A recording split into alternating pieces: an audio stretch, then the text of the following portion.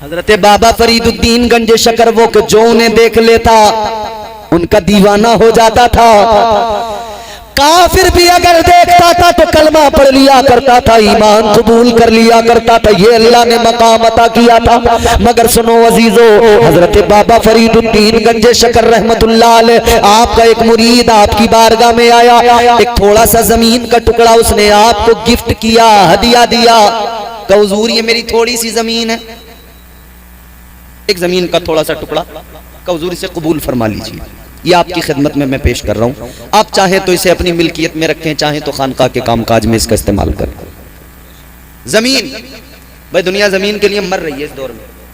बोलो, जैसी भी हो मिल जाए, झोल झाल कर रहे हैं लोग इसी चक्कर में, कब्जे कर रहे हैं लोग इसी चक्कर में।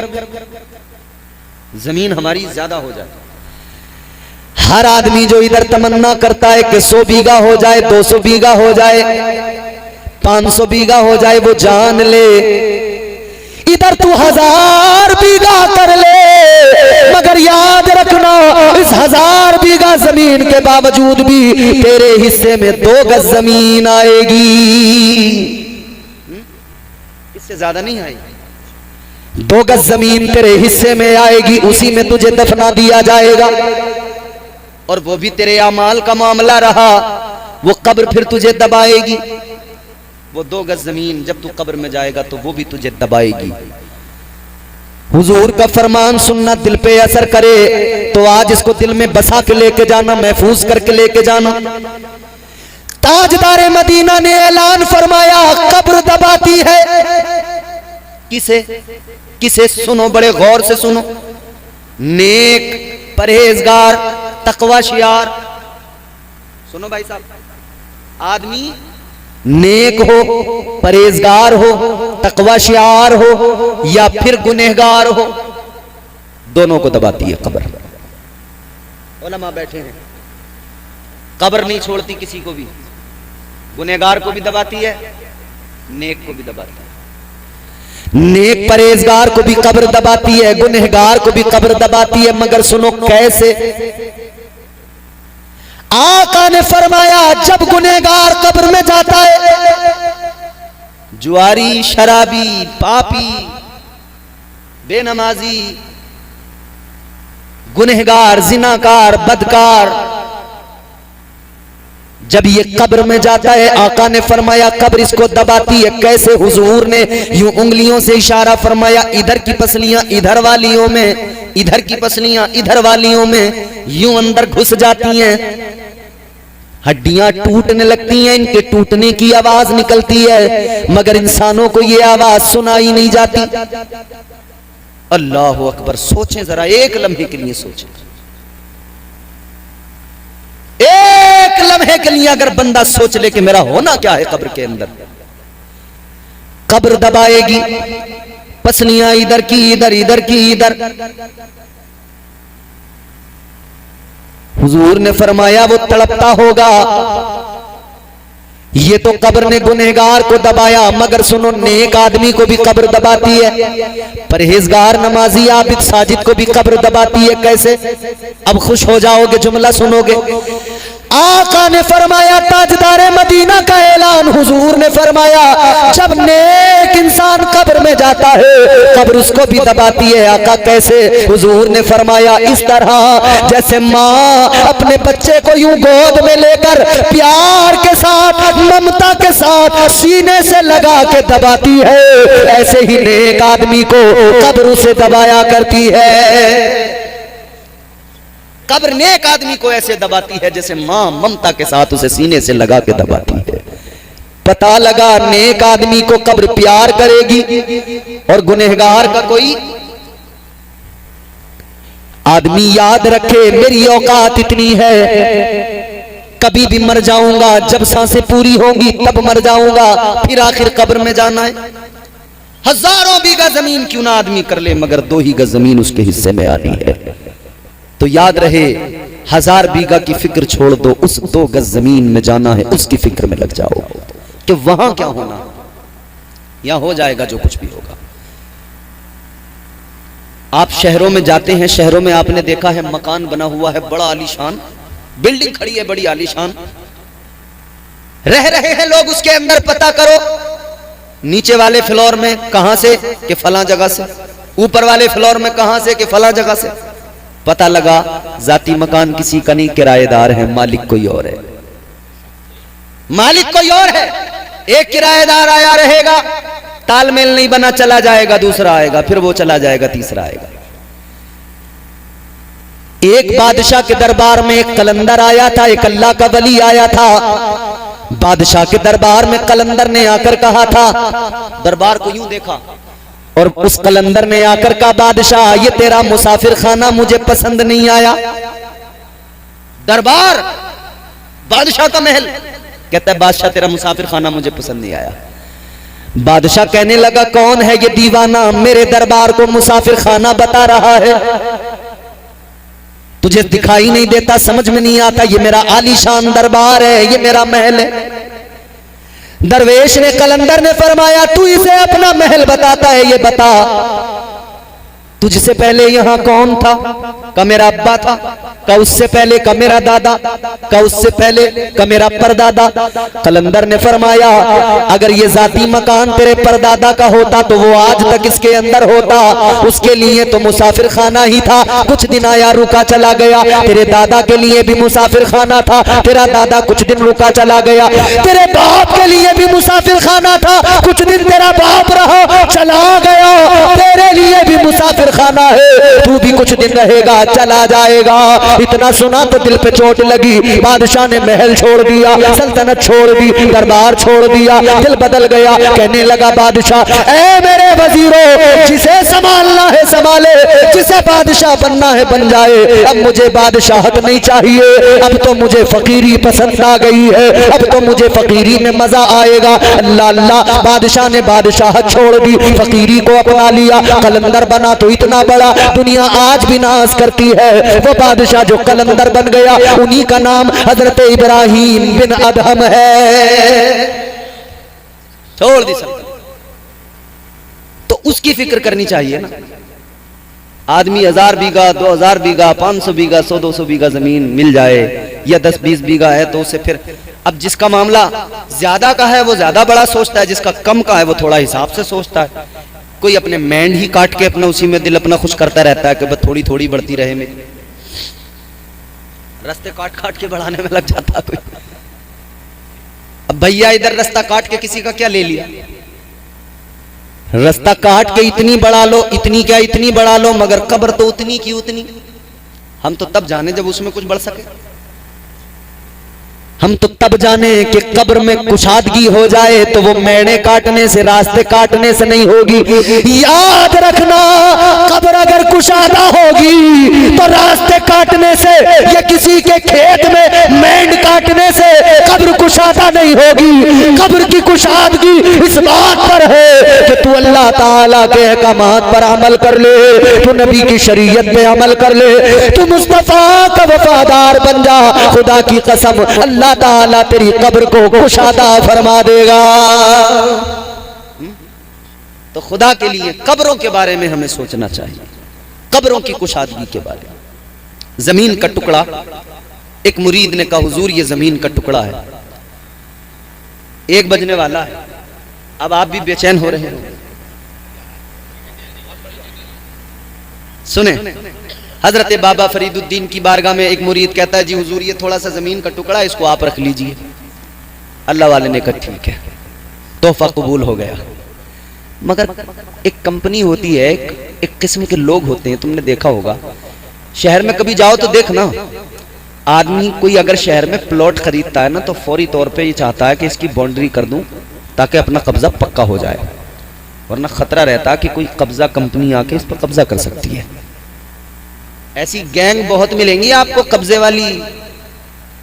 बदला अब मैं यार नजर का, दावा झूठा कब्जा सच्चा, जिसकी लाठी उसकी, बोलो, मिसाल देते हैं हमारे बुजुर्ग पहले से, जिसकी लाठी जिसका कब्जा वही मालिक।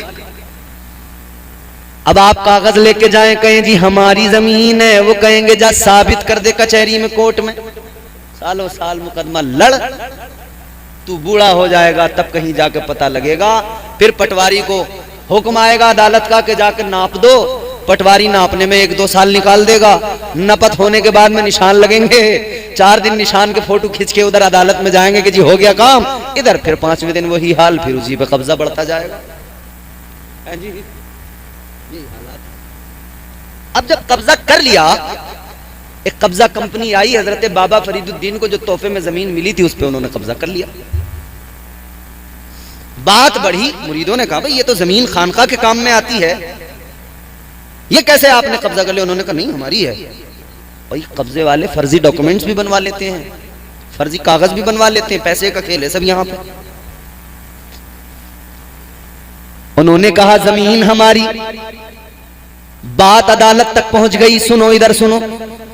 जब बात अदालत में पहुंची तो जज साहब यानी काजी साहब, उन्होंने हजरत बाबा फरीदुद्दीन गंज शकर रहमतुल्लाह अलैह को बुलाया और कहने लगे हजरत ये जमीन किसकी? आपने फरमाया मेरी। कहा कैसे? फरमाया मेरे मुरीद ने मुझे तोहफे में दी। काजी साहब बोले कोई सनद, कोई कागज, रजिस्ट्री, बैनामा होना चाहिए। अल्लाह वाले ने फरमाया है रजिस्ट्री। अब ये जुमला आपको खुश कर देगा। अल्लाह वाले ने फरमाया है ना रजिस्ट्री का कागज, का कहां है दिखाइए। अल्लाह वाले ने कुरान उठाया, खोल के दिखाया, पढ़ने लगे वलक़द कतबना फिज़्ज़बूरि मिन बादिज़्ज़िक्रि अन्नल अर्द यरिथुहा इबादियस्सालिहून। आपने फरमाया 2 रजिस्ट्रियां हैं मेरे पास, एक पुरानी एक नई। पुरानी रजिस्ट्री ज़बूर के अंदर भी लिखा हुआ है इस जमीन का मालिक पूरी कायनात का कौन, अल्लाह ने किसे वारिस बनाया, और कुरान में भी मौजूद है पूरी रूए जमीन का वारिस अल्लाह ने किसे बनाया। फरमाया ये रही रजिस्ट्री। मगर काजी साहब बोले हजरत बात तो आपकी दुरुस्त है, मगर हमारे यहाँ कानून में जो आमतौर पर सनद चलती है हमें वो सनद देखनी पड़ेगी। कब ऐसी कोई सनद? फरमाया नहीं है। कहा हजरत कोई कागज नहीं, कोई सनद नहीं? फरमाया ऐसा कोई कागज नहीं है और हमें जरूरत भी नहीं है ऐसे किसी कागज की, क्योंकि अल्लाह ने हमें पूरी रूए जमीन का मालिक बना दिया है। उन्होंने कहा अच्छा। बोले हजरत अदालत का तो कानून है, या तो यहां पर रजिस्ट्री का कागज हो या कोई गवाह हो, कोई गवाह पेश कर दीजिए, कोई गवाही दे दे। आपने फरमाया अदालतों में तो गवाहियां झूठी भी होती रहती हैं, मेरे कई मुरीद खड़े होंगे गवाही देने, मगर तुम लोग कहोगे कि ये इनके मुरीद इनके हक में गवाही दे रहे हैं। हजरत बाबा फरीदुद्दीन गंज शकर रहमतुल्लाह अलैह ने फरमाया सुनो, गवाही किसी आदमी की नहीं, बल्कि चलो जो जमीन जिसका मुकदमा है उसी जमीन से गवाही दिलवा दूंगा, वो जमीन बताएगी मालिक कौन है। मैं माफी के साथ कह रहा हूं, मुझे पता नहीं आपके गांव के बारे में कुछ भी। मैंने सुना है कि शायद यहाँ दरगाह की कुछ जमीन है, कुछ रास्ता वास्ता है, कर लो अच्छा ही रहेगा, दरगाह पे आने जाने के लिए लोगों को आसानी होगी, आप ही लोगों को आसानी होगी। हम कहाँ आ रहे हैं, हम तो 1 साल में अब आए हैं, अगले साल आए नहीं आए, हम तो आ गए जुते हुए खेतों में मेंढों पे चल के। निकलना आपको है, आना आपको है। कितना अच्छा होगा कि आप लोग यहाँ आने जाने का एक बेहतरीन रास्ता आप ही तो इस्तेमाल करेंगे, वो रास्ता आपके खेतों में आने जाने के लिए भी आपके लिए आसानियां पैदा करेगा। अच्छी बात है अगर आप उस रास्ते को कर लें, बहरहाल बहुत अच्छा रहेगा आप उस रास्ते के बारे में अगर करें तो कोशिश। क्योंकि हमें भी यहाँ आते हुए ना थोड़ा सा गिल्टी फील हुआ, यार सारे मुसलमान ही तो हैं, सब अल्लाह के वलियों को मानने वाले ही तो हैं, फिर भला यहां तक आने के लिए रास्ता भी नहीं। जनाब आप जाकर देखिए, हम मुल्क में घूम रहे हैं, हर रोज एक नई जगह पे जाते हैं, पूरे हिंदुस्तान में अल्हम्दुलिल्लाह घूम रहे हैं, लोग अपनी जमीनें दरगाहों को दे रहे हैं कि भाई ये मेरी 1 बीघा जमीन है या 2 बीघा है, दरगाह के करीब की है, चलो मैं दरगाह के लिए दे रहा हूं, यहां पे लंगर कर लिया करना, यहां पे ये काम कर लिया। तो कम से कम अगर हम अपनी बहुत ज्यादा जमीन दरगाह के लिए नहीं भी दे सकते हैं तो इतना तो कर ही लें कि जो रास्ता हो वो रास्ता कम से कम निकाल लें। हमारे लिए तो नहीं है, ऐसा तो है नहीं कि इम्तियाज बरकाती आएगा यहाँ आपके खेत में अपनी बिल्डिंग बनाएगा, उस रास्ते पे अपनी कार चलाएगा। बोलो, या मुफ्ती कमरुल हसन साहब आपके इमाम साहब, कभी आपको खतरा हो कि ये आपके रास्ते पर कब्जा कर लेंगे? नहीं करेंगे। आप ही के इस्तेमाल में आएगा, आप ही के काम में आएगा। बहुत अच्छा होगा कि आप रास्ता करें। और देखो, रास्ता बहुत जरूरी चीज है। हुजूर ने रास्ते के ताल्लुक से ना अपनी उम्मत को पैगामात अता फरमाए। हुजूर ने फरमाया, यहां तक आका ने फरमाया, अगर कोई शख्स राह के पत्थर को, जो लोगों के लिए तकलीफ का बाइस हो, अगर उसे हटा दे रास्ते से, तो अल्लाह ताला उससे राजी होकर उसे परवाने जन्नत अता फरमा देता है। राह से एक पत्थर को, छोटे से पत्थर को हटाने पर जब नेकियां मिलती हैं, तो फिर रास्ता बनाने पे अल्लाह कितनी नेकियां अता फरमाएगा। हजरत बाबा फरीदुद्दीन ने फरमाया, जमीन से गवाही ना दिलवा दूं? अब वो कब्जा गैंग वाले बोले, अच्छा ऐसा? उन्होंने कहा, जमीन कैसे गवाही देगी? काजी साहब भी बोले, जमीन कैसे? हजरत ने फरमाया, तुम्हें इससे क्या मतलब? कब्जा गैंग वाले कहने लगे, हजरत अगर आपने जमीन से गवाही दिलवा दी, हम जमीन छोड़ देंगे, आपकी हो जाएगी। काजी साहब बोले, चलो अगर बात ऐसी है तो ठीक है, ये भी एग्री, आप भी एग्री, दिलवा दो गवाही। वक्त मुकर्रर हुआ, तुम्हारी मेरी गवाही के लिए लोग जाते हैं। किसकी जमीन, किसका मामला, कागज जाएं, लोग जाएं, कागजों की एविडेंस के तौर पे कागज पेश किए जाएं, गवाह पेश किए जाएं। मगर बाबा फरीदुद्दीन गंजे शकर ने वक्त मुकर्रर करवा लिया। फरमाया, वक्त मुकर्ररा पे आ जाना, जमीन गवाही देगी। टाइम मुकर्रर हुआ, वक्त मुकर्रर हुआ, लोग आ गए, कब्जा करने वाले भी आ गए, काजी साहब भी आ गए, हजरत बाबा फरीदुद्दीन भी इधर पीछे से आए। काजी साहब ने कहा, आइए हजरत, जल्दी गवाही दिलवाइए, जमीन से गवाही दिलवाइए। हजरत बाबा फरीदुद्दीन ने जुमला सुनो, फरमाया, हजरत बाबा फरीदुद्दीन ने फरमाया, काजी साहब मैं कहूँ क्या जरूरी है, मैं जमीन से कहूँ? एक काम करो, आप काजी साहब हैं, आगे बढ़िए, आप ही जमीन से जाकर मालूम कीजिए, मालूम कीजिए तुझ पर मालिकाना हक किसका है, कौन वारिस है तेरा, कौन मालिक है तेरा। अल्लाह अकबर, तारीख गवाह है। काजी साहब ने आगे बढ़कर जमीन की तरफ इशारा किया, फरमाया, जमीन के टुकड़े बता, तेरा मालिक कौन है? आवाज आई, मेरा ही नहीं बल्कि पूरी रूए जमीन का मालिक अल्लाह ताला ने बाबा फरीद को बना दिया है। अल्लाह ने वलियों को मालिक बना दिया, वारिस बना दिया। अजीजा ने गिरामीउल कद्र गौर फरमाइए, आप आज इस महफिल में बैठे हैं, इस जमीन पे बैठे हैं, जमीन के इस खित्ते पे बैठे हैं, ये आपका सारा गांव है। ये विरासत किसकी है? अल्लाह वालों की विरासत है, अल्लाह वालों की विरासत है। जिधर भी नजर डालोगे अल्लाह वालों की विरासत नजर आएगी, जिधर भी नजर डालोगे अल्लाह वालों की विरासत नजर आएगी। तो जिनकी विरासत पे हम आबाद हैं, हम उनके गद्दार नहीं हो सकते, हम उनसे कभी दगा नहीं कर सकते। और लोग हैं जो गद्दार बन बैठे हैं, उन्होंने तो, वो किसी ने कहा ना, नहीं है दिल में नबी की अजमत, कोई सुनेगा तो क्या कहेगा। फिक्र होती है ना आदमी, कोई ऐसी वैसी बात हो गई, कहते हैं अरे भाई कोई सुनेगा तो क्या कहेगा। नहीं है दिलों में नबी की अजमत, कोई सुनेगा तो क्या कहेगा। फिर उस पे खुल्दे बरी की चाहत, कोई सुनेगा तो क्या कहेगा। अब बोलोगे, नहीं है दिल में नबी की अजमत, कोई सुनेगा तो क्या कहेगा। फिर उस पे खुल्दे बरी की चाहत, कोई सुनेगा तो क्या कहेगा। नबी के सदक़े में खा रहे हो, नबी के सदक़े में पी रहे हो, नबी के फरमान से बगावत, कोई सुनेगा तो क्या कहेगा। और आज हालात यही तो बन गए। आज हमारी कौम पस्ती का शिकार इसलिए हुई कि इसने नबी के फरामीन को बुला दिया, मुस्तफा के एहसानात को भूल गए, मुस्तफा की अताएं भूल गए, मुस्तफा की मोहब्बत उम्मत के साथ क्या है वो भी हमने भुला दिया। अगर हमने मुस्तफा जाने रहमत की मोहब्बत को भुलाया ना होता, तो आज शराबी शराब का जाम जब उठाता है तो उसे शराब पकड़ते हुए याद आता, मेरे आका ने मेरे लिए मुझ गुनहगार के लिए आंसू बहाए हैं।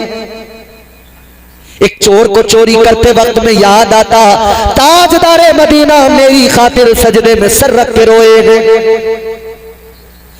अगर अगर अगर नबी के फरामीन को, नबी की मोहब्बत को भुलाया ना होता तो आज जुआ खेलते वक्त में हाथ कांप गए होते, ख्याल आ गया होता मैं जुआ खेल रहा हूँ, शरीयत के खिलाफ काम कर रहा हूँ, लेकिन मेरे आका ने मेरी मोहब्बत में कल आंसू बहाए हैं।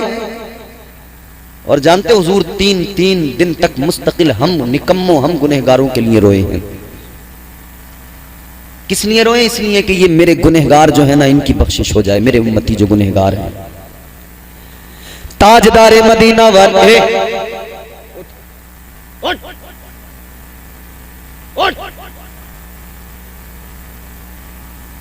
ये महफिल अदब की है, बेअदबी नहीं करनी, बाअदब बनो बेटे, मेरे भाई की तरह हो।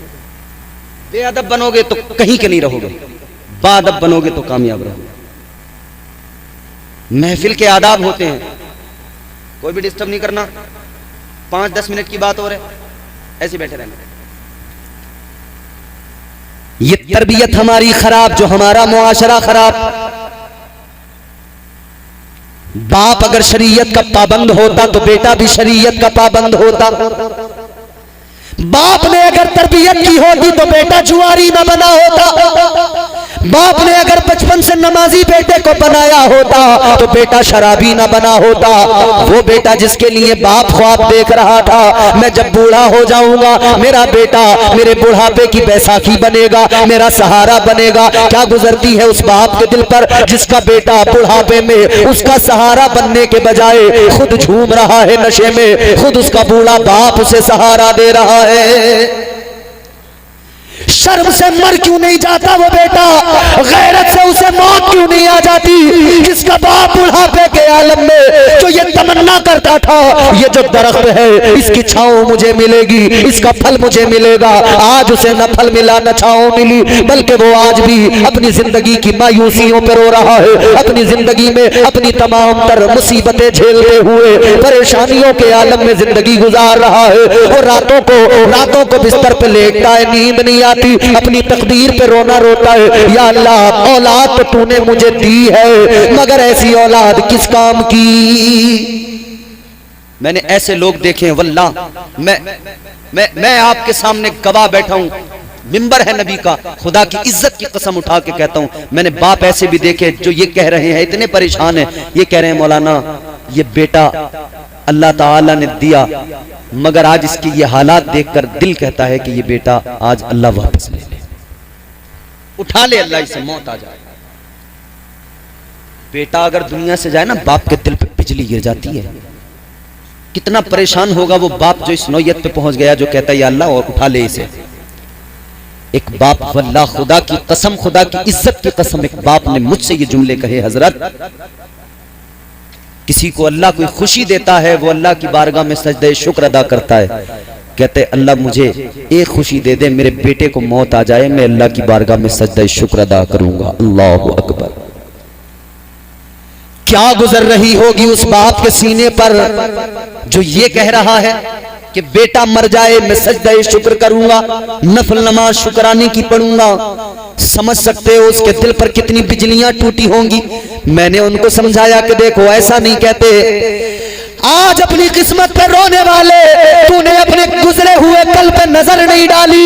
अगर कल तूने अपने बच्चे को अल्लाह का कुरान दिया होता, नबी का फरमान दिया होता, अगर तूने इसकी तरबियत अच्छी की होती, सहाबा की दास्तानें सुनाई होती, आज ये शराबी ना होता, आज ये जुआरी ना होता, आज ये तेरी खिदमत कर रहा होता।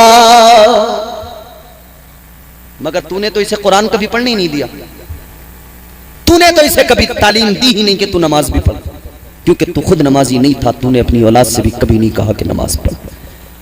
तू फजर में नहीं उठता था, तूने अपनी औलाद से कभी नहीं कहा कि तू फजर में उठ। आज अपनी औलाद की तरबियत करो। और सुनो, माँ की गोद बड़ी इंपॉर्टेंट जगह है, औलाद की तरबियत सबसे पहले वहां से होती है।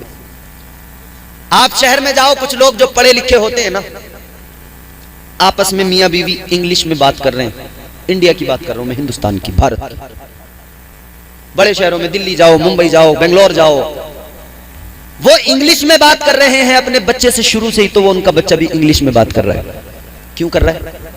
स्कूल में अभी वो गया भी नहीं है, अभी बोलना सीखा है जस्ट। अभी जस्ट बोलना सीखा है तो वो इंग्लिश बोल रहा है। क्यों?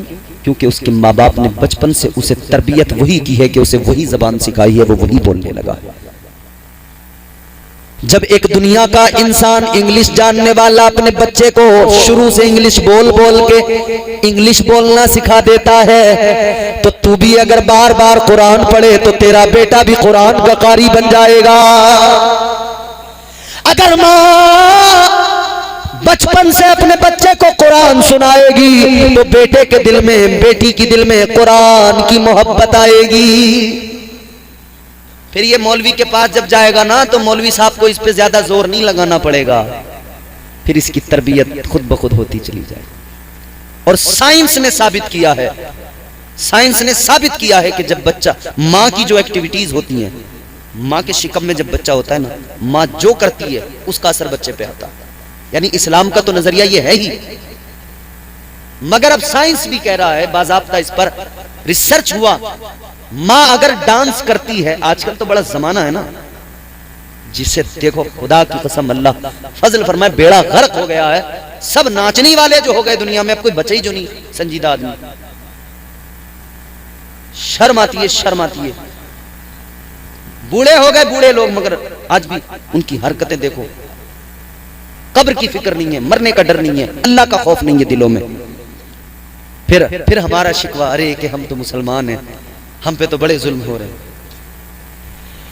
दुनिया ने तुम पर जुल्म बाद में किया, याद रखना पहले आपने खुद अपने ऊपर जुल्म किया है। आपसे बड़ा आपके लिए जालिम कोई नहीं है। कौन जालिम है? आपसे बड़ा अपने लिए कौन जालिम हो सकता है? आपके बच्चे बर्बाद होते रहे, आपने फिक्र न की, कौन इतना बड़ा जालिम हो सकता है? रिसर्च हुआ कि माँ जो करती है वो बच्चे पे असर आता है। अब ये कह रहे हैं कि माँ जो करती है बच्चे पे असर आता है, बच्चा वही करता है। मगर हम अगर पीछे पलट के देखें तो हमें पीराने पीर की शान नजर आती है। माँ के पेट में थे, माँ हर लम्हा कुरान पढ़ती थी, पैदा हुए तो 14 पारों के हाफिज बन के पैदा हुए, क्योंकि माँ ने कुरान ही पढ़ा था, कुरान ही सुनाया था। इतना सुना गौसे आजम ने, माँ के शिकम में हाफिज कुरान 14 पारों के बन गए। माँ अगर चाहे ना, माँ तो माँ अपने बच्चों की बड़ी अच्छी तरह, मगर माँ ही जब डांसर हो, माँ को ही जब ठुमके लगाने से फुर्सत ना मिले, माँ ही जब सीरियलों में मस्तों मगन रहे, और पहले तो वो इंडिया वाले सीरियल थे तो चलो भाई औरतें थोड़ी सी दब जाती थी, उनसे कहते थे कि भाई ये ड्रामे सीरियल मत देखो। अब तो इन्हें बड़ा तगड़ा बहाना मिला, पाकिस्तानी सीरियल चल रहे हैं, उनमें नाम सब मुसलमान है कि ये आफरीन है और ये शाइस्ता है, ये जो है तुम्हारे के साथ जीनत है, ये रहमत है, ये वो है, ये वो है, ये सब ना। अब ये कह रही है ए मुसलमानों का ही तो देख रहे हैं हम। किसका देख रहे हैं? मुसलमानों का ही तो देख रहे हैं। अच्छा, मुसलमानों का हो या किसी का हो, ड्रामा तो ड्रामा ही है। ड्रामे देख रही हैं तो ड्रामे कर रही हैं। जब ड्रामे तुमने खूब दिखाए तो इनके भी देखो ड्रामे, या फिर ड्रामे देखना बंद करवा दो। जब मां ड्रामे देखेगी तो ड्रामे करेगी तो औलाद उससे क्या सीखेगी? ड्रामे तो सीखेगी, ड्रामेबाज बनेगी औलाद। तो अपनी औलादों को ड्रामेबाज मत बनाओ, अपनी औलादों को बादब बनाओ, कुरान पढ़ने वाला बनाओ, मुस्तफा की शरीयत का पहरेदार बनाओ, नामू से रिसालत का सिपाही बनाओ, ताकि बेटा आपका हो और दुनिया में इसकी शान ये हो, इस्लाम का परचम इसके हाथों में हो और ये कहता नजर आए, ये ऐलान करता नजर आए, ये दुनिया को बताता नजर आए, कुरान था, कुरान है, कुरान रहेगा, इस्लाम था, इस्लाम है, इस्लाम रहेगा। फिर ये जब इस्लाम का पहरेदार होगा, नामू से रिसालत का सिपाही बनकर निकलेगा, खुदा की कसम मुआशरे में इनकलाब आएगा, यकीनन मुआशरे में बदलाव आएगा, यकीनन यकीनन मुआशरा बदलेगा। अल्लाह वालों की तालीमात पे अमल करो, जरूरी है। अल्लाह वालों की तालीमात, खुदा की कसम जिंदगी की तमाम तर कामयाबियां अल्लाह वालों की सीरत पढ़कर देखिए, सब कुछ मौजूद है। अल्लाह वालों की सीरत ये है। असल में हुआ यह है कि हम तक अल्लाह वालों की सीरत को पहुंचाया ही नहीं गया है। और पहुंचाया गया है तो कौम ने उसको सुनना ही गवारा नहीं किया है।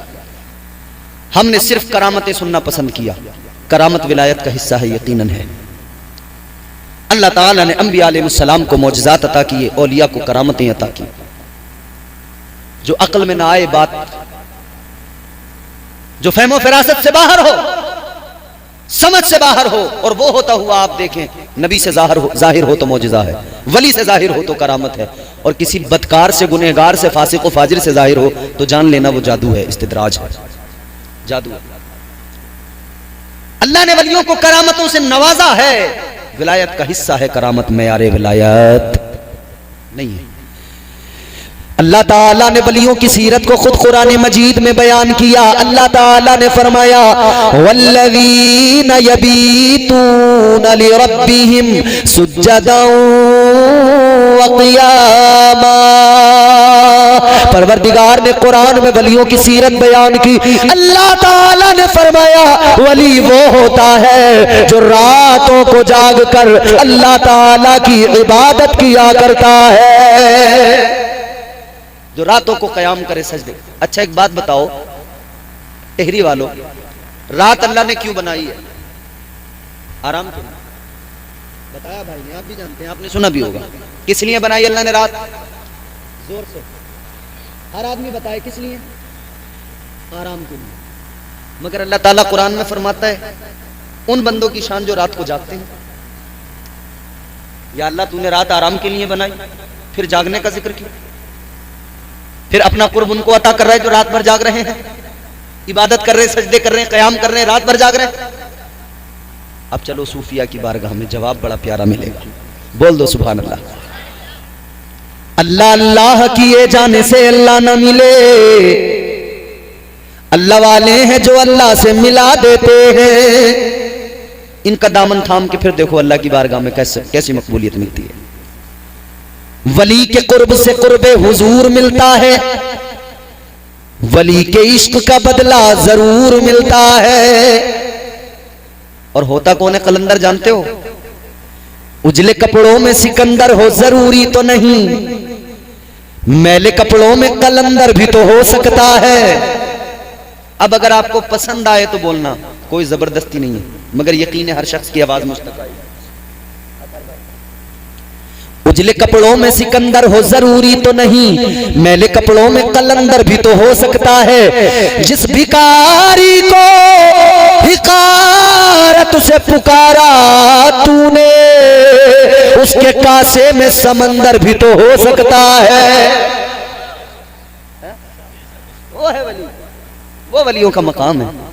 कुरान कहता है रात को जागने वाले, अल्लाह ने रात को बनाया आराम के लिए। आखिरी बात है, तकरीर खत्म है, पूरी बात का लुब्बे लुबाब जाओ, यही तकरीर खत्म की, यही एक जुमला आपको सौंपा, इसको बसा लो दिल में, इसकी हिफाजत कर लो। अल्लाह ताला ने रात को बनाया आराम के लिए। ये बड़े परेशान थे, रो रहे थे। मैंने कहा रो क्यों रहे हो? बोले क्या करूं हजरत, कमजोर पड़ गया। कमेटी तो है मगर काम फिर भी हम ही पे है सारा। तो मैंने कहा भाई इसकी वजह क्या है? बोले समझ में नहीं आ रहा। मैंने कहा इंशाअल्लाह तुम कोशिश करो, कोशिश करो इंशाअल्लाह। इस बार तुम अकेले पड़ गए, लेकिन अगली बार ये कौम तुम्हें अकेला। मगर एक मैंने कैद लगाई है, शर्त लगाई है। मैंने इनसे मुफ्ती साहब ये कहा साफ लफ्जों में कि देखो तुम जो काम कर रहे हो बड़ा अच्छा है, जलसा करो, महफिल सजाओ, दीन लोगों तक पहुंचे, दीन के काम करो, कमेटी बनाओ, मेहनत करो। हम भी गुजारिश करेंगे इस गांव के नौजवानों से, इस गांव के लोगों से कि भाई इनकी कमेटी में आइए, शामिल हो जाइए, कमेटी का हिस्सा बनिए। काम अच्छा है। आप ये न देखें कि यहाँ हमें कौन क्या कहेगा, यहाँ हमें कौन क्या सोचेगा। आप ये देखें कि आप दीन का काम करेंगे तो अल्लाह की बारगाह में क्या मकाम अल्लाह अता फरमाएगा। इनके साथ जुड़े, काम करें, मेहनत करें, दीन का काम करें, खूब करें। मेरी माएँ बहनें बैठी हैं, जब ये तुम्हारे दरवाजे पे जाएं कि हमें उर्स कराना है, जलसा कराना है, तो फिर कंजूसी से काम मत लेना। जैसे तुम मेकअप में दिल खोल के खर्च करती हो, वैसे अल्लाह वाले के उर्स में दिल खोल के चंदा देना, खूब दिल खोल के खर्च करना। और नौजवानों बिल्कुल कंजूसी नहीं करना, मगर एक बात याद रखना, कमेटी दमदार होनी चाहिए, जिम्मेदार होनी चाहिए।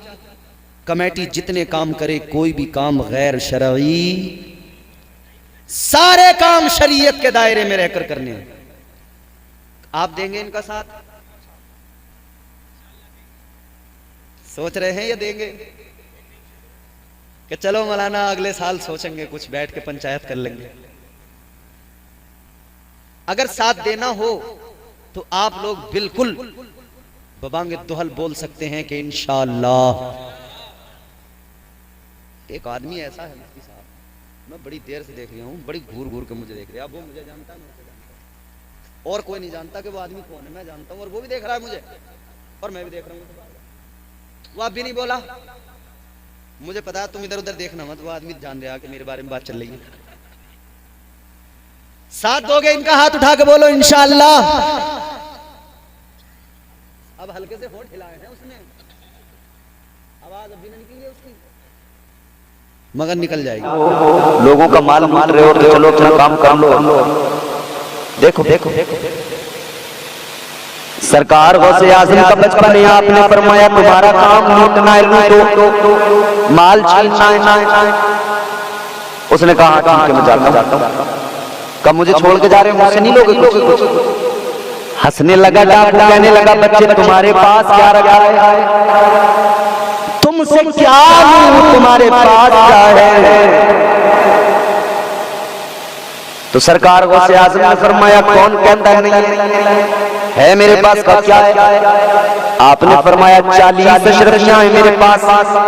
कहने लगा कहां है? कहा मेरी अम्मी ने मेरी सदरी में सी कर ली। वो हंसा, हंस के बोला बच्चा है वैसे ही कह रहा होगा, इसके पास कहां से 40 आई। डाकू हंस के गया चला गया। दूसरा आया, उन्होंने बच्चे तुम्हारे पास कुछ है? कहां के हैं 40। अच्छा कुछ चोर के पास आके कहे क्या है तुम्हारे पास? तो आदमी बताता है या छुपाता है? बोलो, छुपाता है ना? हर आदमी छुपाता है, मगर ये बच्चा कहता है कि हाँ है तो 40 अशरफियां हैं। अब डाकू यही बात सुन के जाते कहते नहीं ऐसी कर रहा बच्चा।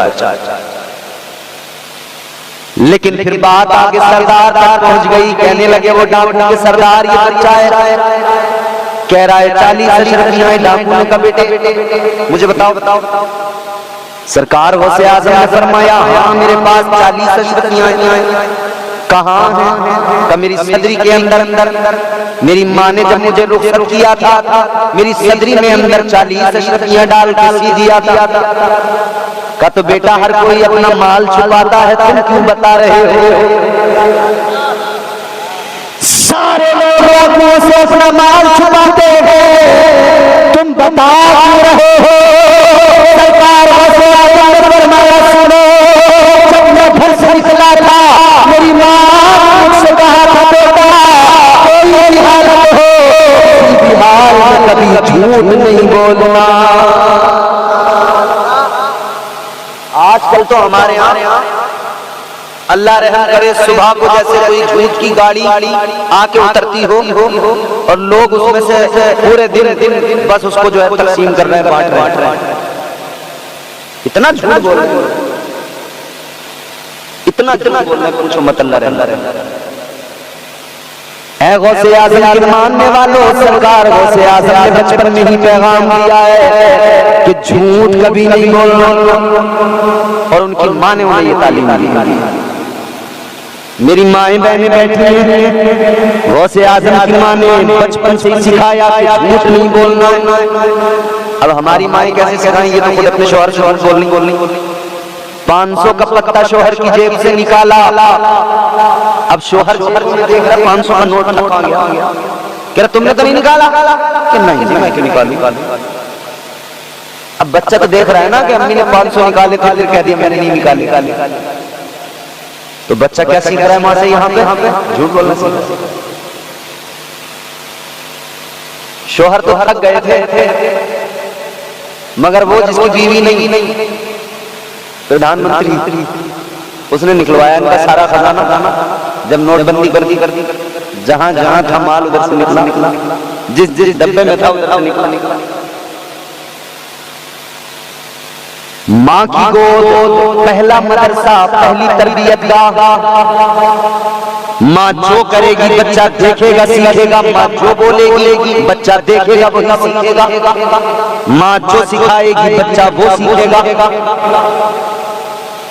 माँ की जबान गंदी तो बच्चे की जबान भी गंदी होगी। माँ झूठ बोलने वाली होगी तो बच्चा भी झूठ बोलेगा। और अगर माँ कुरान पढ़ने वाली होगी तो बच्चा भी कुरान का हाफिज बन जाएगा। सरकार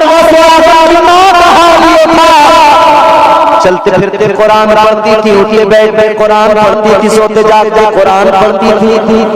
गौसे आज़म माँ के पेट में कुरान की तिलावत सुनते थे, माँ कुरान पढ़ती थी तो पैदा हुए तो 14 पारों के हाफिज़े कुरान पैदा हुए। माँ से सीखता है बच्चा। माँ ने कह दिया था बेटा झूठ नहीं बोलना। सरकार गौसे आज़म ने बरजस्ता फरमा दिया कि मेरी माँ ने कहा था झूठ नहीं बोलना। डाकुओं के सरदार ने इतना सुना तो आंखों में आंसू आ गए। उसने कहा जरा देखो तो सदरी वाकई है ही है। जब सदरी को फाड़ के देखा गया तो वाकई उसके अंदर 40 अशरफियां रखी। डाकुओं का सरदार आंखों में आंसू आ गए। कहने लगा इतनी उम्र हो गई डाका डालते हुए, लोगों का माल मानते हुए, लेकिन आज इस छोटे से बच्चे ने मुझे सिखा दिया कि इंसान कैसा होना चाहिए। दिल बदल गया डाकुओं के सरदार, दिल की दुनिया से बेखबर हो गई। कहने लगा सुनो, आपने मेरे दिल की दुनिया को बदल दिया। मैं आज से अभी से तौबा करता हूँ, आइंदा कभी कोई चोरी नहीं करूंगा, कोई डाका नहीं डालूंगा, बल्कि हमेशा अपने परवरदिगार को राजी करके राजी बरदा रहूंगा। तौबा कर। तो इसके जो साथी थे जितने डाका थे वो भी कहने लगे सरदार डाका डाला तेरे साथ, चोरी की तो तेरे साथ, जब तेरे साथ हम रहे डाका डालने, तेरे पीछे पीछे रहे, तू सरदार था तो तौबा करने में भी तेरे पीछे पीछे ही रहेंगे, तू ही सरदार रहेगा। है सरदार अगर तूने तौबा कर ली है हम भी तेरे पीछे पीछे आएंगे, हम भी आपसे तौबा करते हैं, अब कभी डाका नहीं डालेंगे।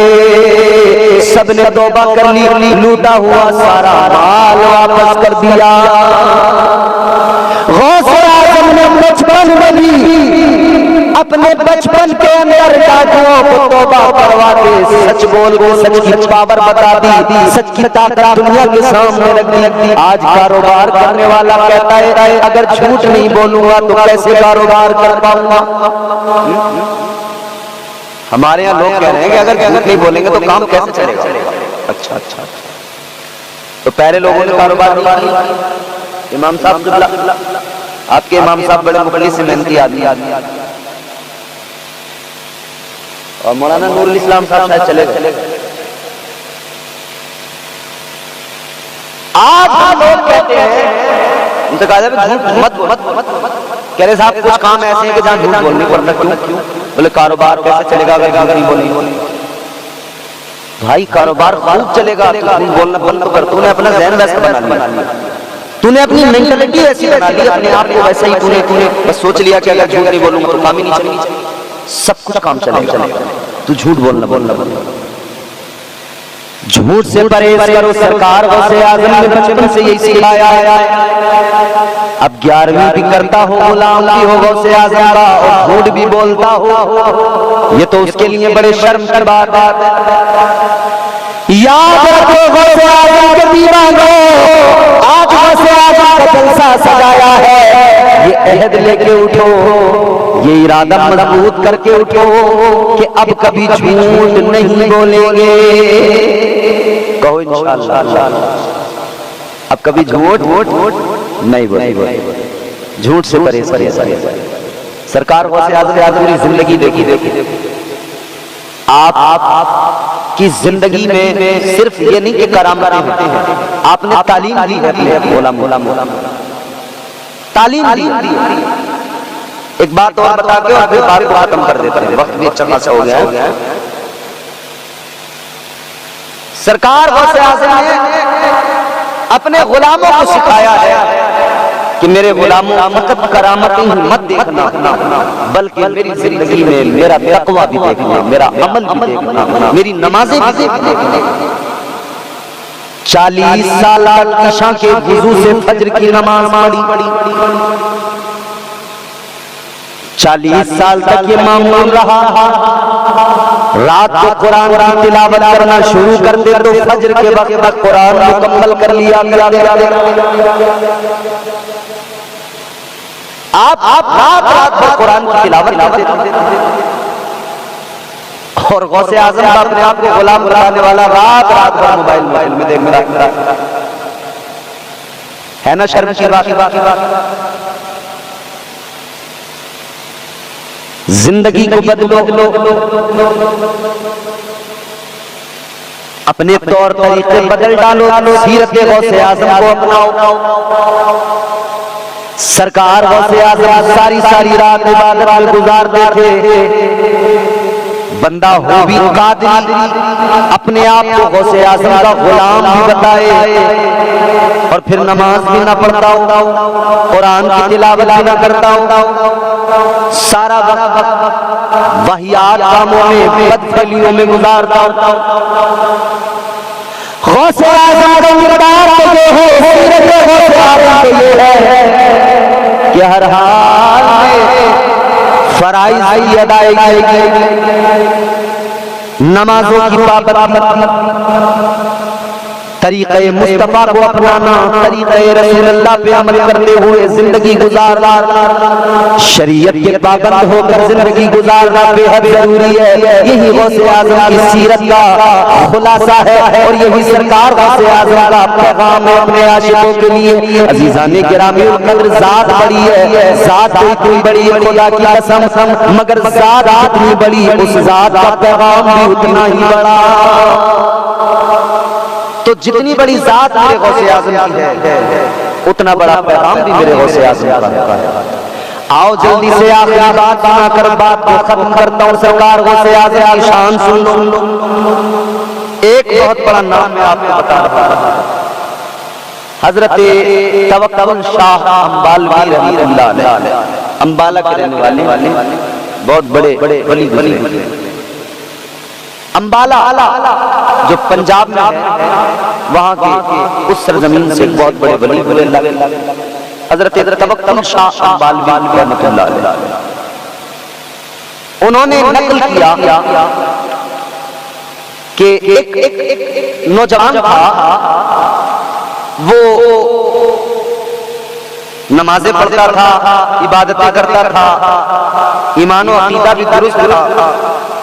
तो उसे एक दिन ख्याल आया, किसी देहात का रहने वाला जो ज़ुर्गों से आज़म का शहर है जीलान, उसके आसपास के किसी देहात में रहने वाला गांव, तो उसे ख्याल आया कि मैं नमाज भी पढ़ता हूँ, इबादत भी करता हूँ, मगर मेरा पीर कोई। तो उसे ये फिक्र थी कि मेरा पीर कोई नहीं है, और पीर अगर कोई नहीं है तो उसे ख्याल आया कि मैं किसी से मुरीद हो जाऊं, कोई मेरा पीर हो, ताकि मेरे ईमान की हिफाजत होती रहे।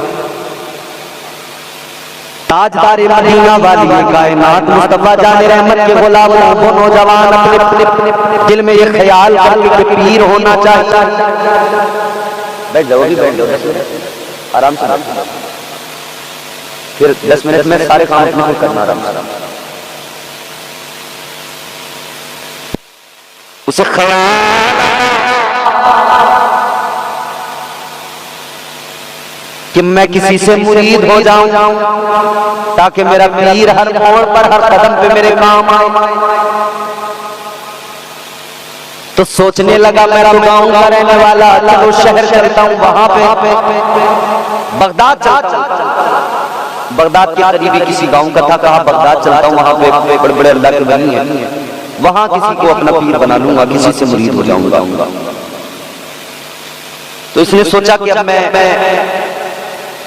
पीर बनाऊंगा, लेकिन कैसा मेरा पीर होना चाहिए। तो इसने अपने दिमाग में 3 बातें सोची। कितनी?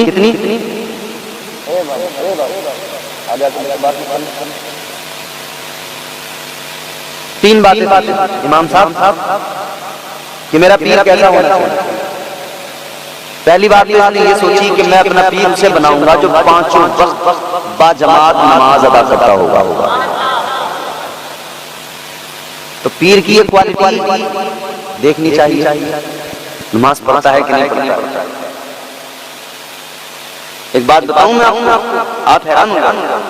सूफिया फरमाते हैं कि जिस इंसान ने 3 दिन तक तहज्जुद की नमाज छोड़ दी, सूफिया फरमाते हैं कि जिस वली ने 3 दिन तक तहज्जुद की नमाज छोड़ दी, वो मनसबे विलायत से नीचे आ जाता है। तुम किसे वली मानते हो, तुम तय करो, मैं नहीं बताते जाऊंगा कि वली किसे मानते। सूफिया फरमाते हैं 3 रोज तक किसी ने तहज्जुद की नमाज छोड़ दी, मनसबे विलायत से नीचे आ गया।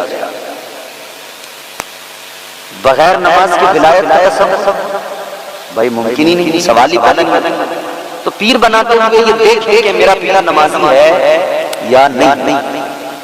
अगर पीर नमाजी नहीं तो पीर हो ही नहीं सकता, पैर है। तो इसने ख्याल किया कि पहली बात तो ये कि मैं उसको अपना पीर बनाऊंगा जो नमाज। दूसरी बात ये ख्याल कि पीर उसे बनाऊंगा जो अपने घर पर वुज़ू करके मस्जिद में नमाज पढ़ने जाता, यानी मस्जिद का पानी भी अपने वुज़ू के लिए इस्तेमाल नहीं करता होगा, अपने घर से वुज़ू करके मस्जिद में जाता होगा। और तीसरी बात ख्याल कि अगर घर से भी वुज़ू करके नहीं जाता होगा तो कम से कम ऐसा तो हो घर से अपने बर्तन में, अपने लोटे में पानी अपने घर से लेकर जाता होगा, फिर मस्जिद में जाते हुए वुज़ू कर लेता होगा, वो आदमी मेरा उसको पीर बना। 3 बातें ख्याल कर। गांव का रहने वाला बगदाद शरीफ, इसने 3 बातें सोच ली थी पीर कैसा होगा। जब ये बगदाद पहुंचा, एक आदमी इसे नजर आया, नमाज गुजार रहा था, दाढ़ी बेहतरीन, हुलिया, नमाजी। इसने कहा बस लो, पहली शर्त तो यही पाई गई, जो ये आदमी मुझे मिला है, पहली शर्त तो इसमें यही पाई गई, नमाजी है। और दूसरी बात इसने देखा कि उसके हाथ में एक बर्तन में लोटा, उसमें पानी। कहा भाई ये पानी और ये लोटा, कहा कि इससे मैं वुज़ू करूंगा। कहा तो तुम मस्जिद के पानी से वुज़ू नहीं, मैं अपने घर से लेकर जाऊंगा, इससे वुज़ू करूंगा। तो इसने कहा मेरी शर्तें तो पूरी हो गई, मैं ऐसा ही तो पीर चाहता था, तो नमाजी हो, या तो घर वुज़ू करके जाता हो, घर भी ना करता हो तो कम से कम अपने घर से बर्तन में पानी लेके जाए, फिर उससे वुज़ू करके नमाज पढ़ो। इसने कहा मेरी शर्तें तो पूरी हो गई, यही फिर मेरा। इसने उस आदमी को पकड़ लिया, नौजवान में कहने लगा आप मुझे अपना मुरीद बना लीजिए, ये जो नमाज पढ़ा रहा था आम आदमी, कोई वली नहीं था, कोई पीर नहीं था। इसने कहा भाई तू मुझे छोड़, मुझे जाने दे, खुदा के लिए मैं नमाज पढ़ूंगा, तो अपना कोई और पीर देख। मगर ये नौजवान कहने लगा नहीं, मेरी जो शर्त थी वो आपके अंदर मैंने देख ली, आप मेरे पीर हो, मुझे अपना मुरीद बना लो। ये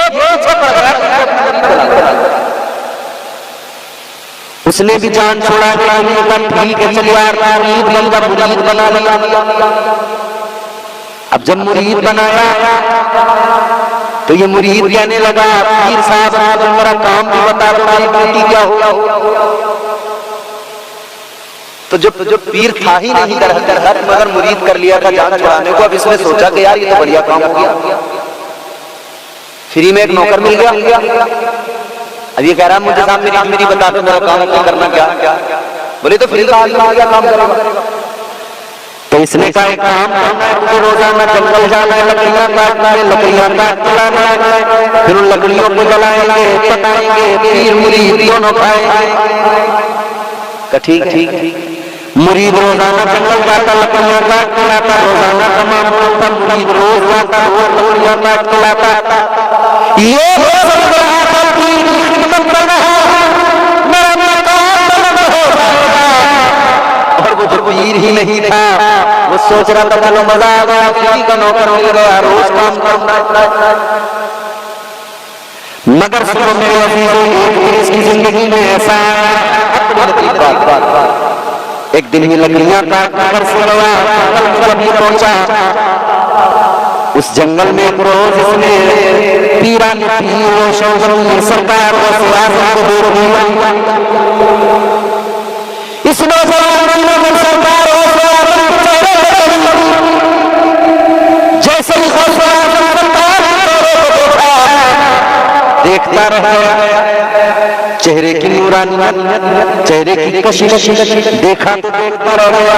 इसने जल्दी से नजरें हटाई और दिल ही दिल कहने लगा चलो इधर से जल्दी, कहीं ऐसा ना हो कि इनके इतने प्यारे चेहरे को देखकर, इनका ये हुस्न देखकर, इनका ये प्यारा खूबसूरत चेहरा देखकर कहीं ऐसा ना हो कि दिल बदल जाए। दिल बदल गया तो कहीं ऐसा ना हो जो पीर है जिसके हम मुरीद हैं, कहीं ऐसा ना हो उसको छोड़ बैठे, उसकी नौकरी छोड़ के इनकी गुलाम ना लग जाए।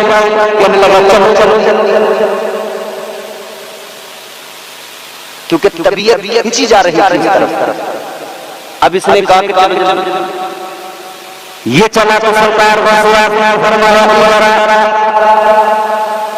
कहाँ चला? कहने लगा कि मैं जा रहा हूँ। क्यों?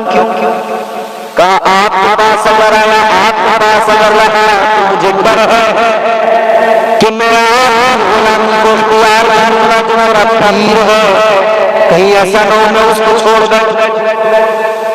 सरकार कौन है तेरा? इसने बताया वो फला वो मेरा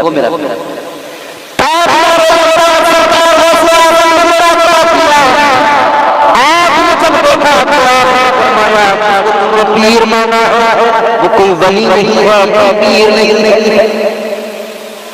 कहने लगा क्या फर्क पड़ता है, आपके लिए वो वली हो या ना हो, पर मेरा पीर है।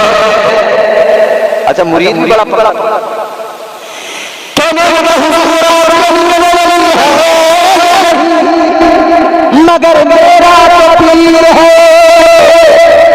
इतना सुना तो सरकार से आजम को उस मुरीद पे प्यार आ गया। आपने फरमाया पीर भले ही इसका पीर है या नहीं है, इसका पीर वली है या नहीं है, मगर मुरीद वाकई लाजवाब है, मुरीद में क्वालिटी। सरकार तुझ पे मुझे प्यार,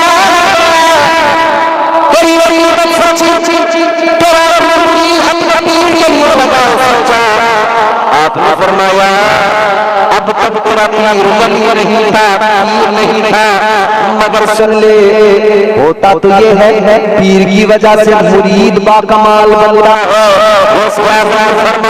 मगर बड़ा मुरीद है कि तेरी वजह से तेरे पीर को बाकमाल बनाया जाएगा।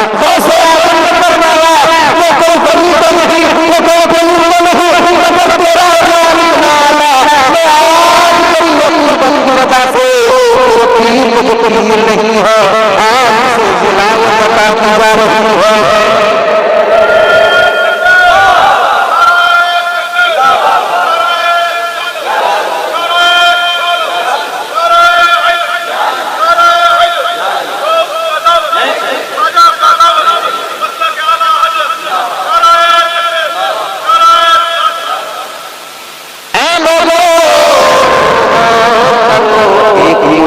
सच्ची अकीदत ने पीर को बाकमाल बना दिया।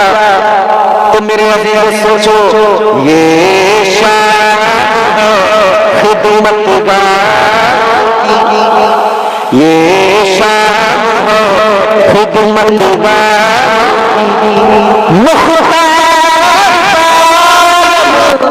क्या होगा, ये शान है खिदमत की।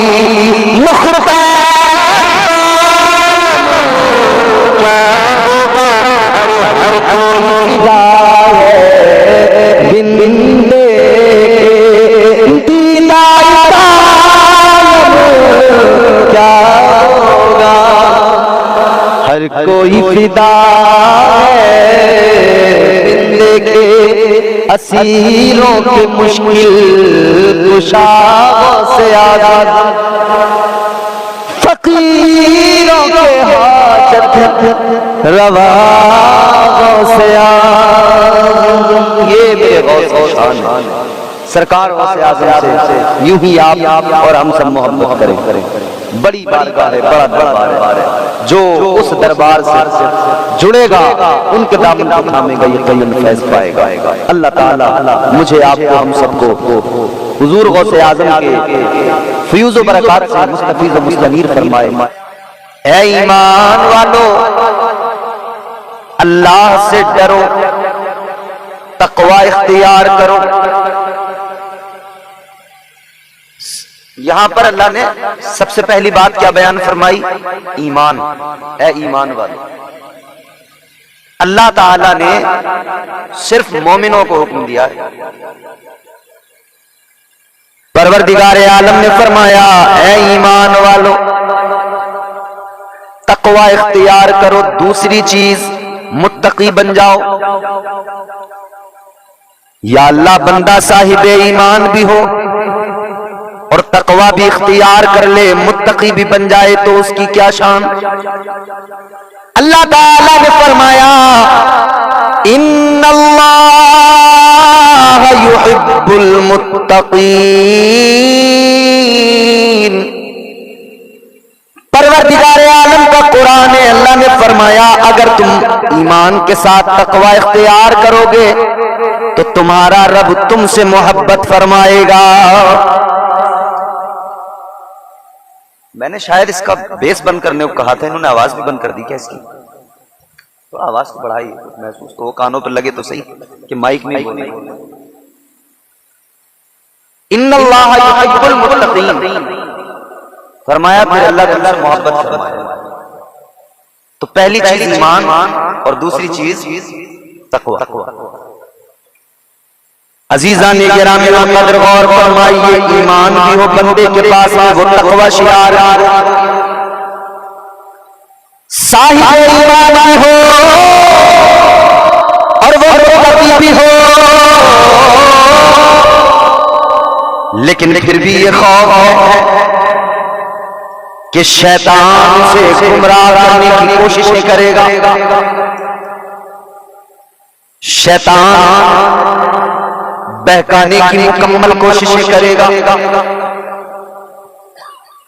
तो ये ईमान जो उसके सीने में है, ये जो तक़वा उसने इख्तियार किया है, ये सब कुछ छिन न जाए, बर्बाद ना हो जाए, इसके लिए अल्लाह के कुरान में बेहतरीन रास्ता इरशाद किया। फरमाया कि अब तुम ईमानदार हो, साहिब ईमान भी हो, तुम तक़वा शियार करो। अब जरूरी है कि तुम अपने ईमान और अपने अमल को बचाना चाहते हो तो परवरदिगार ने फरमाया, वकूनू मास्सादिकीन।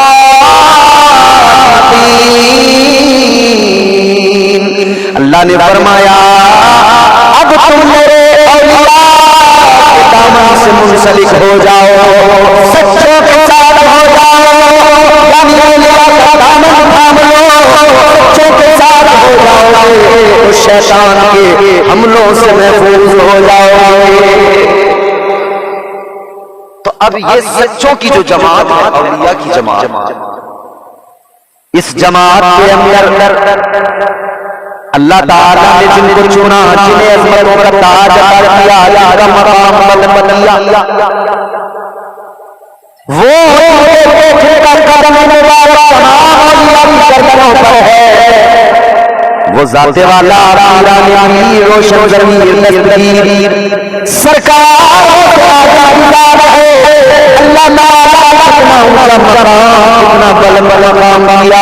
सरकार की शान अल्लाह बरेली से आवाज आई, ताजदार अहले सुन्नत ने फरमाया वाह क्या तबाह है बाला मेरा, ऊंचे ऊंचे सरों से कदम आला मेरा, क्या जिसके हिमालय हो बंदा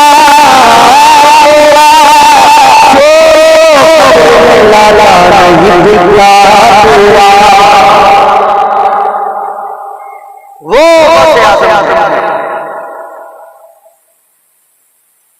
ये वक्त ज्यादा हो गया और आप कम हो गए,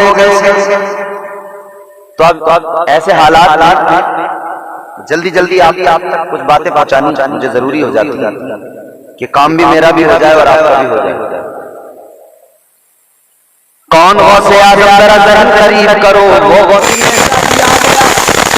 अब्दुल्ला शिकार को जंगल के अंदर मक्के के बाहर निकल गए, शिकार करने के लिए निकले। अब्दुल्ला को जब इन यहूदियों ने देखा, निशानियां तो पहले से बता दी गई थी, पहचान तो इनके औलादा ने इनको करा दी। अब्दुल्ला को देखा, कहने लगे मौका मिल गया, आज नहीं छोड़ेंगे, कत्ल कर देंगे। हैं हजरत अब्दुल्ला को जैसे देखा, तलवारें निकाली, बाहर निकल आए।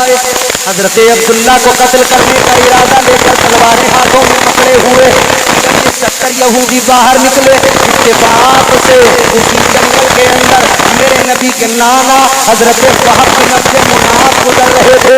उन्होंने गुजरते हुए जब देखा कि ये लोग अब्दुल्ला को कत्ल करने के लिए तलवारें उठाए हुए हैं, ये दौड़े दौड़े मक्का गए, जाकर अहले कुरैश को बताया, तमाम कबीले को बताया, हजरत अब्दुल मुत्तलिब को बताया, आपके बेटों को जाकर बताया कि जल्दी चलो वरना वो लोग अब्दुल्ला को कत्ल कर देंगे। तलवारें हाथों में देख के आया हूँ, अब्दुल्ला को उन्होंने घेर लिया है, ये मंजर की आंखों से देख कर आया हूँ। अजीज़ाने गिरामी वकार, अल्लाहु अकबर। इधर कुरैश ने तलवारें निकाली, ये जल्दी दौड़े मक्के से निकले, उस तरफ गए जिधर हजरत अब्दुल्ला को यहूदियों ने घेर रखा है। सारे ये कुरैश पहुंचे, इन्होंने जाकर जब देखा हजरत अब्दुल्ला को तो यहूदियों ने घेरा था। सारे कुरैश वालों ने जाकर मंजर देखा, हैरान रह गए। अब्दुल्ला अकेले थे, वो 70 थे, मगर हजरत अब्दुल्ला की मदद अल्लाह ने फरमाई। परवरदिगार ने आसमान से फरिश्तों को भेज दिया और फरिश्तों ने उन सारे यहूदियों को कत्ल कर दिया, वासिले जहन्नम कर दिया।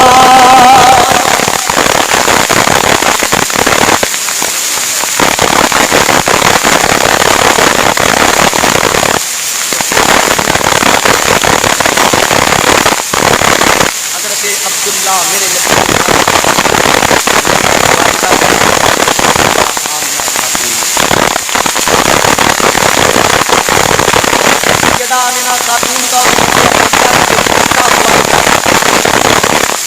आपके हमारे यहाँ की शादियाँ तय होती लोगों के यहाँ रिश्ते कराने वाले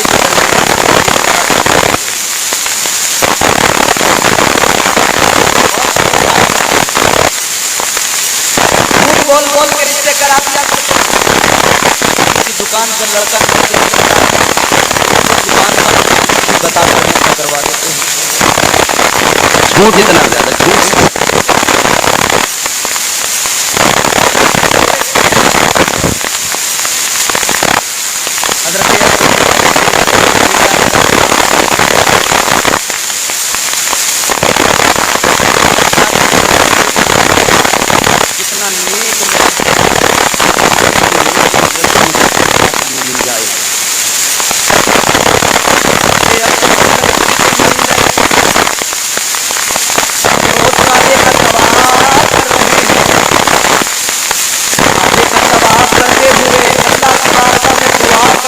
खिलाफे काबा को पकड़ गुजार हुए मौला,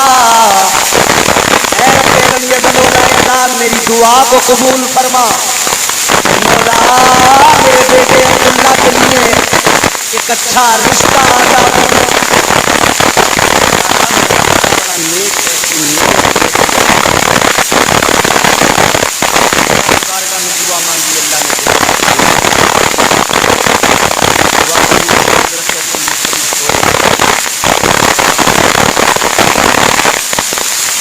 देखा ख्वाब के अंदर हज़रत अब्दुल मुत्तलिब ने, एक बुजुर्ग ख्वाब में आए।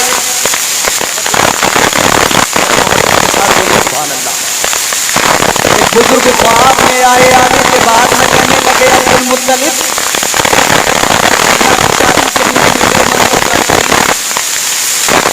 अब्दुल मुत्तलिब सुनो, एक रिश्ता मैं तुम्हें बताने आया हूँ।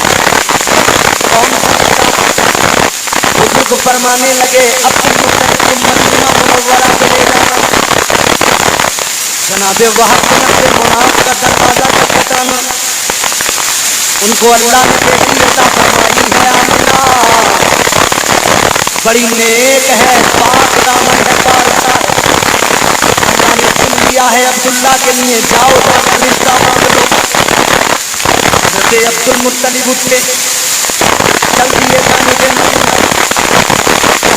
मदीना मुनव्वरा के वहाब बिन अब्दुल मुनाफ का दरवाजा खटखटाया, दस्तक दी।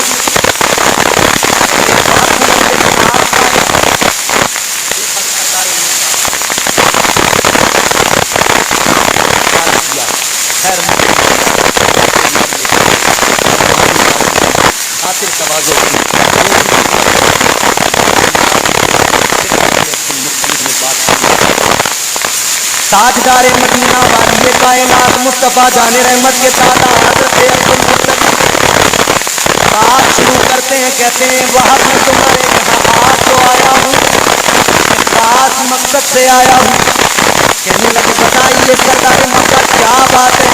हज़रत अब्दुल मुत्तलिब कहने लगे सुनो, मेरा बेटा अब्दुल्ला जवान है, मैं आपकी बेटी का रिश्ता मांगने आया हूँ।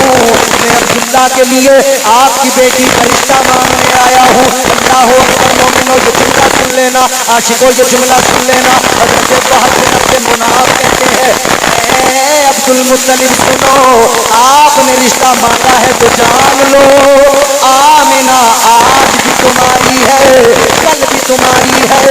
अब्दुल मुत्तलिब मुझे ये रिश्ता मंजूर है।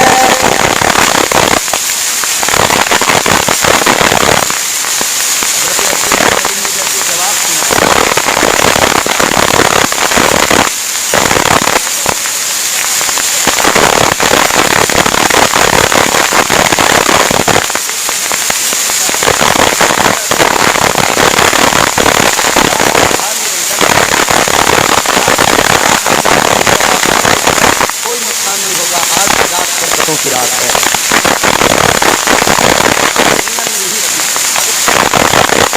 जोर से बोलो तो भाग 50% करके डाउन कर दिया। और फरमाइए अजीजाने गिरामी वकार,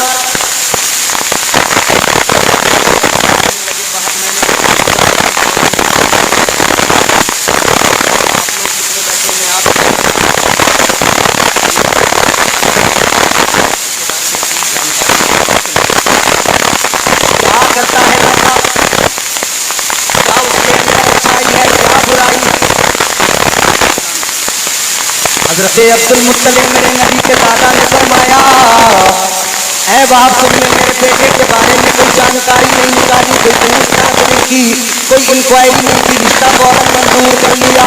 इतना सुना तो जनाबे वहाब का जवाब सुनो, फरमाने लगे ऐ अब्दुल मुत्तलिब इनकार कैसे करता, जुमला बहुत बड़ा है सुनो। कहने लगे ऐ अब्दुल मुत्तलिब इनकार कैसे करता, जो ख्वाब देखकर तुम रिश्ता मांगने आए हो वही बुजुर्ग ने ख्वाब में मुझे भी कहा है इनकार न करना, फौरन इकरार कर लेना।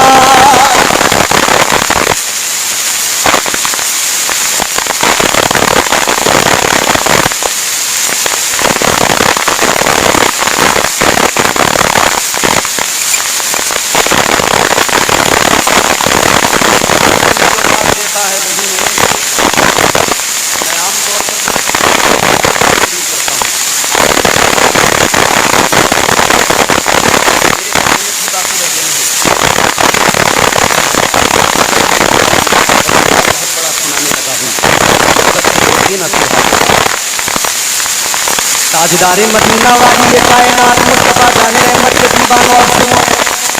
हजरत वहाब कहने लगे तुमने ख्वाब देखा वही मैंने देखा, जिन बुजुर्ग ने तुम्हें भेजा